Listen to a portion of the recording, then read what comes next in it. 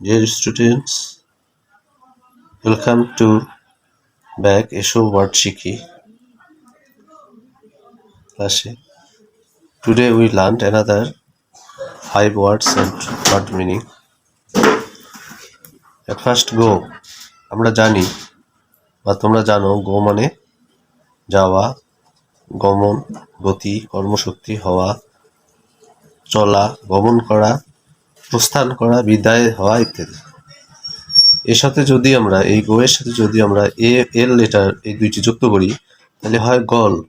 গল মানে লক্ষ্য, উদ্দেশ্য, কর্তব্য, কর্মব্যস্ত, শ্রীঘর, কাজ, গোল অর্থাৎ ফুটবলের যে গোল, লক্ষ্যবস্তু ইত্যাদি.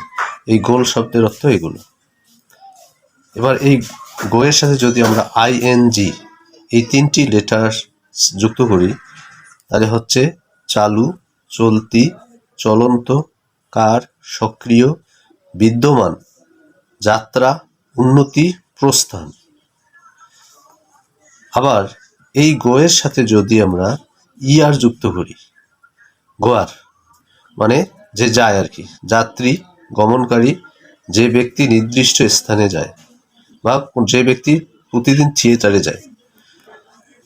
ইন, দেখো এই গো এর আগে ইন এবং পরে যদি আইএনজি যুক্ত করি আমরা, ইনগোয়িং, প্রবেশক, প্রবেশকারী, যে প্রবেশ করে তাকে বলা হয় ইনগোয়িং, অন্তর্মুখী, প্রবেশ ইত্যাদি. তাহলে আমরা মোটামুটি কয়টি ওয়ার্ড শিখলাম? 5টি আজকে. গো, গোল, গোয়িং, গোয়ার অ্যান্ড ইন গোয়িং. তা এই ওয়ার্ডগুলো আমরা বেশি বেশি করে মনে রাখবো এবং এই মানেগুলো মনে রাখার চেষ্টা করব. আজ এই পর্যন্ত.